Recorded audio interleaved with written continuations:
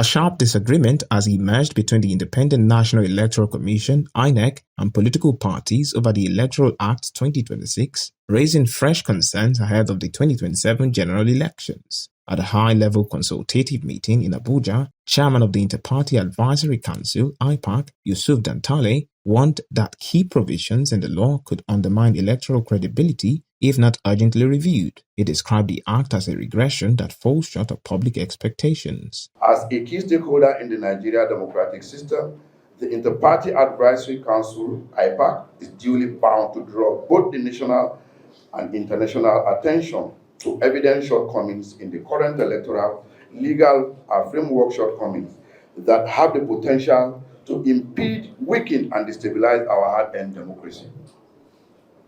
Nigerians participated actively in the public hearing of the Constitutional Electoral Act amendments, with the expectations that their contributions would eliminate in a progressive, inclusive, and people-oriented Electoral Act.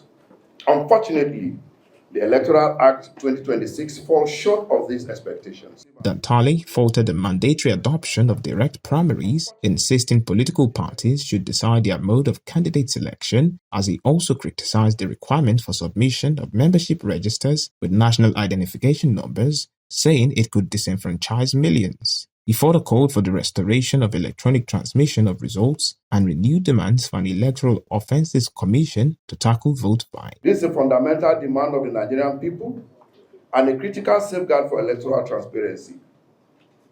The challenges experienced during the 2023 presidential election serve as a reminder of the risks associated with lapses in this area. Such occurrences must not be allowed to reoccur. This, the Council reiterated at the recently concluded General Assembly meeting.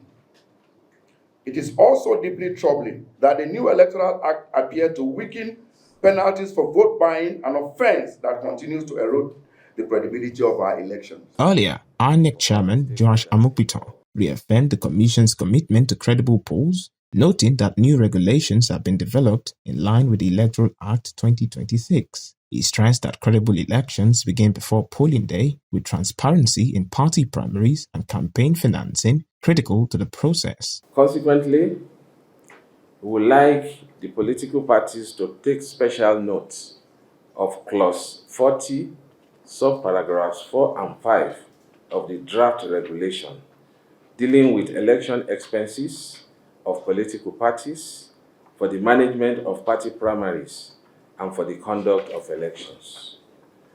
Therefore, the Commission has concluded a clause-by-clause realignment of our regulations and guidelines to ensure that they are not only legally aligned, but operationally in sync with the new Act.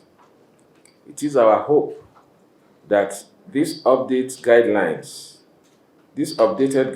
will foster a more transparent, fair, and equitable electoral landscape for all the stakeholders involved. With preparations underway, attention is now on the National Assembly amid growing calls for urgent amendments to protect the integrity of the 2027 elections.